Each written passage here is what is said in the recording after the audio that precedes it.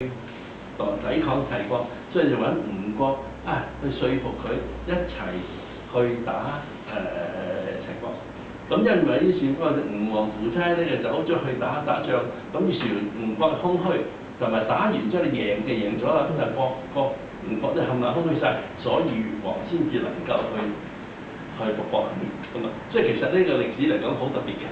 咁啊，所以佢話真係越王勾踐佢能夠去復國啦，其中佢多謝子貢，即係子貢當時就將吳國搞亂咗佢。咁搞亂嘅原因咧，佢就要幫吳國。咁呢個就係第時有機會去讀啦，佢就係孔子嘅弟子，好多好得意嘅、好有趣嘅故事。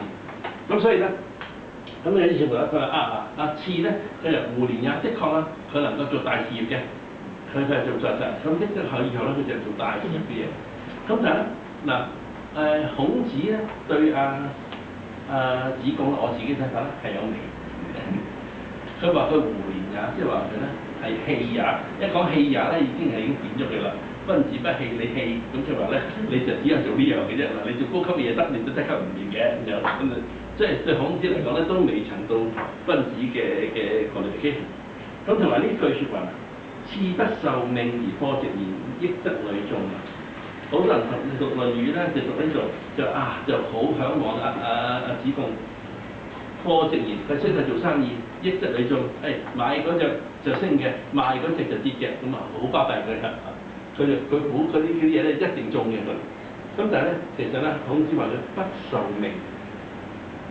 嗱，呢個不受命呢個好多人咧就輕輕帶過咗佢。咁其實咧，孔子對佢有微言嘅咧，佢唔肯去真正受天命。呢個命就係喺中庸嗰度講啦，天命之謂性，出性之謂道，修道之謂教。呢個命就係呢個，佢亦都係喺子罕好似第9係咪？子罕第9嗰度咧，子罕第9咧第一句説話佢話：子罕言利與命與人。呢個咧就係呢個命啦，係孔子話子罕第9第一句説話，子罕言利與命與人，就係呢個孔子嚟講係好少同人哋真係講。呢句説話咧，其實好多下次先講啦，講唔完。呢句説話咧，其實有好多係爭議嘅。佢話孔子好少講利、講命、講人。佢話唔係喎，《論語》裏邊周時都講利嘅喎，又講義利啊，人就成日都講得成個利人啦。咁點解咧？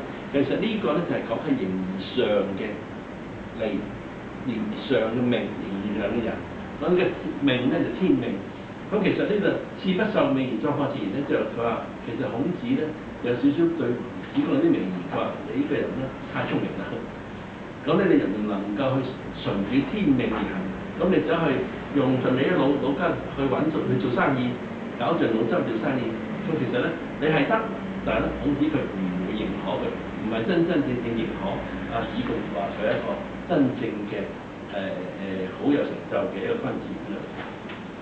咁喺呢度咧，亦都我哋睇到咧就係，但係孔子子貢咧調翻轉頭咧就極度崇拜孔子嘅，將孔子捧做聖人嘅咧就係子貢。你睇到就係孔子就子貢咧捧孔子捧到好緊要。咁而當時咧，因為子貢咧有才有勢，咁好多人咧都阿諛奉承佢嘅。好多人當時咧仲以為子貢仲巴閉過孔子嘅。咁你睇到咧係子章第19，子章第19咧，裏邊有2句，你會睇到咧，最尾嗰度就講埋呢3句，跟住我哋跟住先錄得講。喺子章第19咧第23句，第23句嗰度佢話：叔孫武叔遇大夫於朝曰：子貢言於總理叔孫氏叔孫氏我哋知道三家其中一個叔孫氏、季孫氏、孟孫氏叔孫同喺朝廷嗰度同啲同僚講：子貢仲好過孔子啦咁樣。咁子服景百以告罪子貢。咁以前有另外人話俾子貢聽：叔孫話你仲巴閉過孔子喎咁啊。子貢話唔係冇呢咁事。佢話點解咧？佢話棄之宮牆，我哋點解？假如好似起屋咁樣咧，黐支牆一腳堅，我起間屋咧，嗰埲牆嚟到膊頭嘅啫。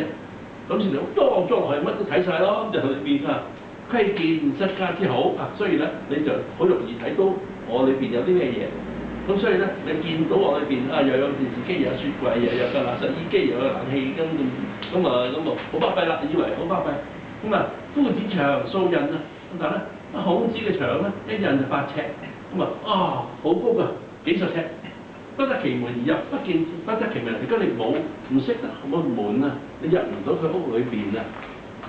得見宗室，宗廟之美，百官之富，裏邊啊，哇！都唔知幾咁堂皇災啊！俾我嗰度啊，我呢啲就求其有個電視機咋、洗衣機咋，佢連個水喉都係鑲金㗎嗰啲咁啊。咁但係你入唔到去，你就唔知道啦。咁啊，得其門者或寡矣。嗱，邊個入得去嘅門咧？好少人入到去嘅。夫子之話唔不宜乎啦。夫子咧就唔係講夫子啊，就係講叔孫冇孫啊。佢踩啊，叔孫冇孫咧。嗱呢啲人佢話我叻過孔子啊，啱嘅。因為你低 B 啊嘛，你睇唔到孔子，你入唔到孔子度嗰度嘛，即係你唔知道咯，你咪唔知道個孔子咁巴閉咯，你見多少少一個冷氣機、電視機就以為好巴閉咯，咁啱嘅，咁啲意思。咁啊，即係但當日咧，佢知道咧，當時已經有人咧就係話子貢仲叻過孔子，咁最尾一句亦都係咁講啦。陳子琴喺陳國嘅嗰個子琴佢又同子貢講。